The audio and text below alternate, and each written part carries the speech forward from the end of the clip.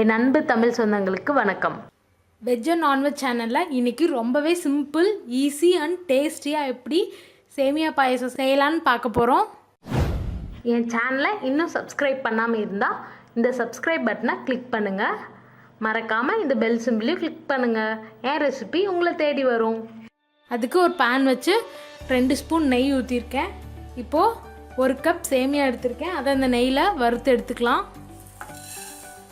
இது நார்மல் சேமியா இல்லைங்க, பாயச சேமியான்னு கேட்டாவே கொடுப்பாங்க. இதை ஒரு 2 நிமிஷம் நெய்யில் வறுத்துடலாம். சேமியா நல்லா நெய்யில் வறுப்பட்டுருச்சு. இப்போ சேமியா வேகிறதுக்கான தண்ணி எடுத்துக்கலாம். 1 கப் சேமியாவுக்கு 1 கப் தண்ணி ஊற்றுறேன்.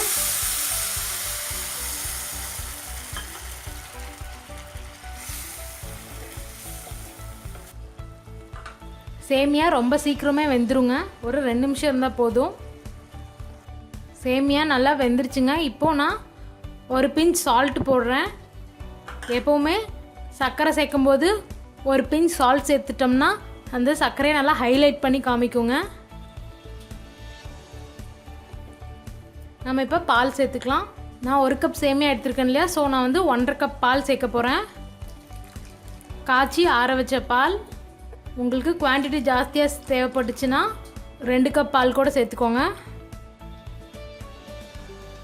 இப்போ நல்லா மிக்ஸ் பண்ணிடுங்க. இல்லை உங்கள்கிட்ட பால் கம்மியாக தான் இருக்குது அப்படின்னா நீங்கள் தண்ணி கொஞ்சம் சேர்த்துட்டு 1 கப் பால் சேர்த்துக்கலாம். வீட்டுக்கு யாராச்சும் திடீர்னு கெஸ்ட் வந்துட்டாங்கன்னா நீங்கள் இந்த மாதிரி ரொம்ப சிம்பிளாகவும் ஈஸியாகவும் செஞ்சு கொடுத்துடலாம். பால் நல்லா கொதிக்க ஆரம்பிச்சிருச்சு. இப்போ நம்ம ஏலக்காய் பொடி சேர்த்துக்கலாம். 1 ஸ்பூன் சேர்க்குறேன். நான் ஏலக்காய் பொடியும் சர்க்கரையும் சேர்த்து அரைச்சி வச்சுருக்கேன். இப்போ இந்த பாயாசத்துக்கு தேவையான சர்க்கரை சேர்த்துக்கலாம். நான் பவுடர்ட் சுகர் சேர்க்குறேன். நீங்கள் நார்மல் சுகர் கூட சேர்த்துக்கலாம். சர்க்கரை சேர்த்துட்டு நல்லா மிக்ஸ் பண்ணிடுங்க.